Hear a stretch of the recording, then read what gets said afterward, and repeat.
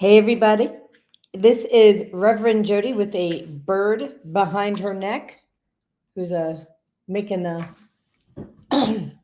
nest out of my hair. So today we are talking about awakening your natural intelligence. And it is unfortunate that my guest had an interference today, but I'm still going to share with you how to awaken your natural intelligence. So really, it's about being present in the moment. It's about showing up and having non-negotiables. It's about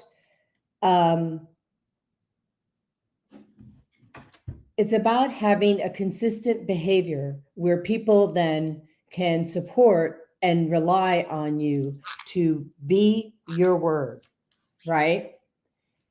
When you do these things and you have these patterns and you have these behaviors that builds trust and builds and people know who you are, you can calm down, right? You can stay in your balance, stay in your center, and really hear about everything else that's around you. You see, everything is a signal. Everything in the universe is a signal. So my bird, and actually my guide over here, Spagula, was having an anxiety attack before the show. That's why she made a nest out of Mommy's hair. And I knew it was a signal because she was tapping into somebody else's energy. And so when your pets are having anger issues or anxiety issues, or they won't eat, or they're operating in a way that is not common, it's a signal. But most of the time, you don't actually have to take them to the doctor. You can pray with them, which is what I did with her. You can pray and let go and let God. Let God lead the way. So today we were going to talk about, my guest and I, about how we're shifting from a completion cycle, because we're in the year of 9, right, to more of a transformation cycle. So number 9 is the number of endings. It means wisdom, maturity, the culmination of a cycle, and it represents fulfillment and the harvest of what has been sown. And it is also humanitarian and compassionate.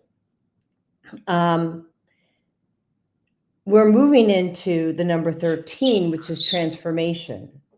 So it's really about, in my interpretation, about letting go of past relationships. That relationship is going to be the relationship that you have with yourself. What do you agree to do that you're really not wanting to do? That's the relationship that you need to let go of. Where are you being a people pleaser? Again, making agreements that you don't really want to do and you do it anyway. Let it go.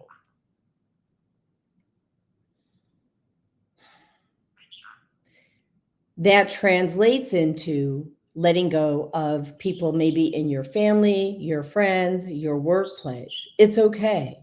The universe will open up a new door. And why will these people fall off?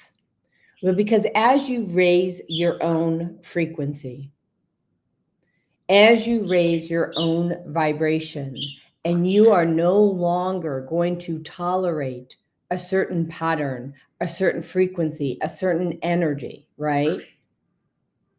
People won't want to be around you anymore because it's no longer comfortable for them.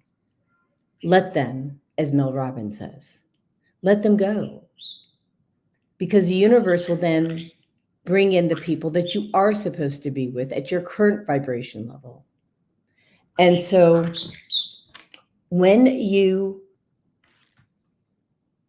choose to do things differently, your world is going to be a little bit in an upset, because people that you've been with for most of your life, they're not going to know how to be with you, react with you, because now you're not picking up the dice anymore. And for those who are listening, if you have questions, I would love to hear your questions if you have any, right? What are you trying to let go of? What are you trying to transform into? You know, for the last, as we've been going through this cycle this year, ascending, we are feeling all sorts of things that maybe we remind us of our past, right? And so it's an opportunity to give it to God, to no longer accept the dismissiveness, the whatever it is that you were doing or accepting that didn't align with your soul. So it's a little different to do a show by yourself. So this might be a little short. Let me just also see if I can, trying to switch the, there it goes. Oh, there we are. I think there I'm back. Okay. So,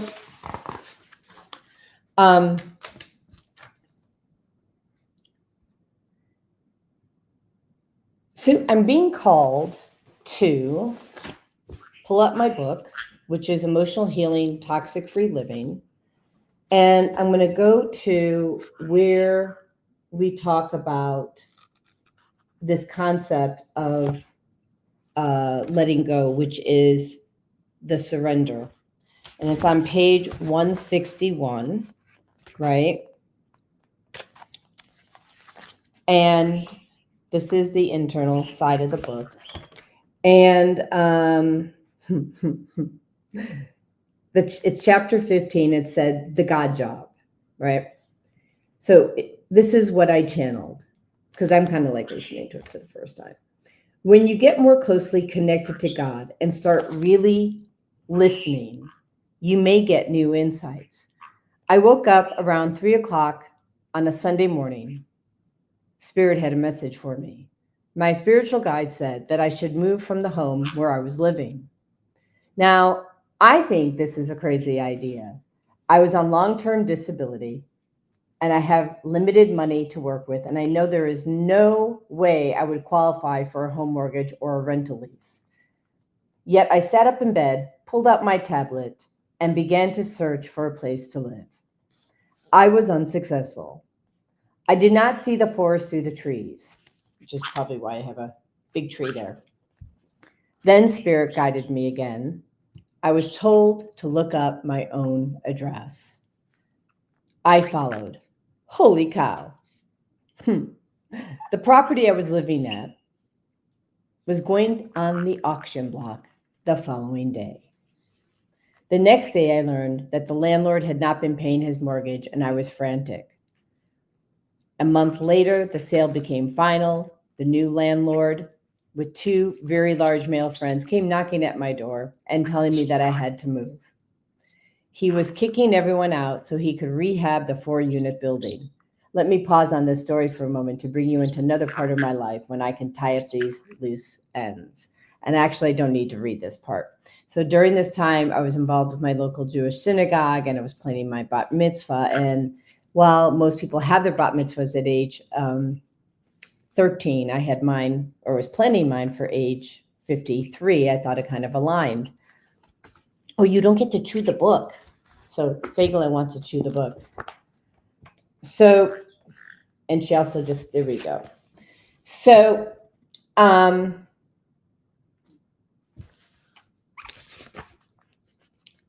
she's actually asking me to move forward. The thing is, the story goes that I tried to force the landlord into letting me stay. And the truth is, we can't force anything in this world. Not a thing. We have to attract it. We have to go with the flow. I remember I called the police, and when I called the police and told them that the landlord was putting nails in my car tire in a straight row, 4 of them. They said, well, if you think he's the one doing it and you don't have proof and there's really no way to prove it, he goes, I suggest that you leave. And that was when I really understood at another level, and not deep enough, the art of surrender, the art of letting go. And so a friend of mine found me a place to live with her brother-in-law. I put my stuff in storage. The church helped me to pack up, and they also paid for a moving truck so that I could get to to move from Palatine, Illinois to LaGrange. And I really had to let go of everything that I thought that I was, where I was staying, where I was being, what I was going to do. And, I was still technically on disability, and I just graduated from grad school, and I hadn't even started looking for a job. And so I think that the message that the universe wants me to bring to you today is that you can't force things. And so if something's not working, you can try to work within the dynamics of another personality. You can try to work within the dynamics of a work environment, home environment that doesn't align with your soul, but it will fail miserably. It won't work because it has to take 2. All relationships take 2, and at minimum, right? Including the one you have with God, especially the one that you have with God. And if you're not getting the responses in a timely basis so that you can do what you are required to do to get things done, walk away.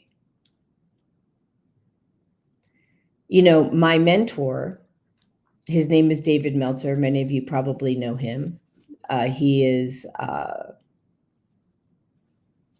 he's just a brilliant entrepreneur who they made the movie after him, Jerry Maguire, Show Me the Money. And he just wrote a book called Don't Do Business with Dicks. And honestly, that has been what I've had to learn here on my journey here at Earth School.